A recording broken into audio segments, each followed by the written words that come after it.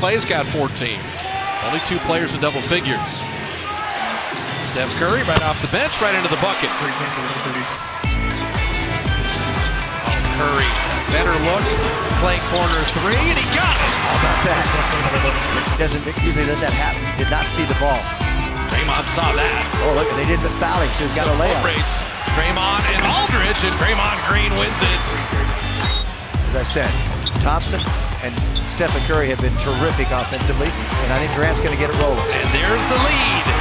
First one tonight as KD drops in a triple. He had been 1 of 9. So then that gave them a man advantage, and they can never catch up to the play. Even at 63, Draymond to a cutting KD. Tonight. Back up to 6. That is so clever. He's just outthinking defenders. Got 19. KD with a block. KD, that is a 2-for-1 shot. A rebound to Jordan Bell. Livingston tipped it to him, and the rookie was ready. David West had pushed Gasol off the block nicely. Draymond's the trailer. Able to finish. KD back out to Curry. Shot clock at 5. Steph looking for room there. There's McCaw, the open man again.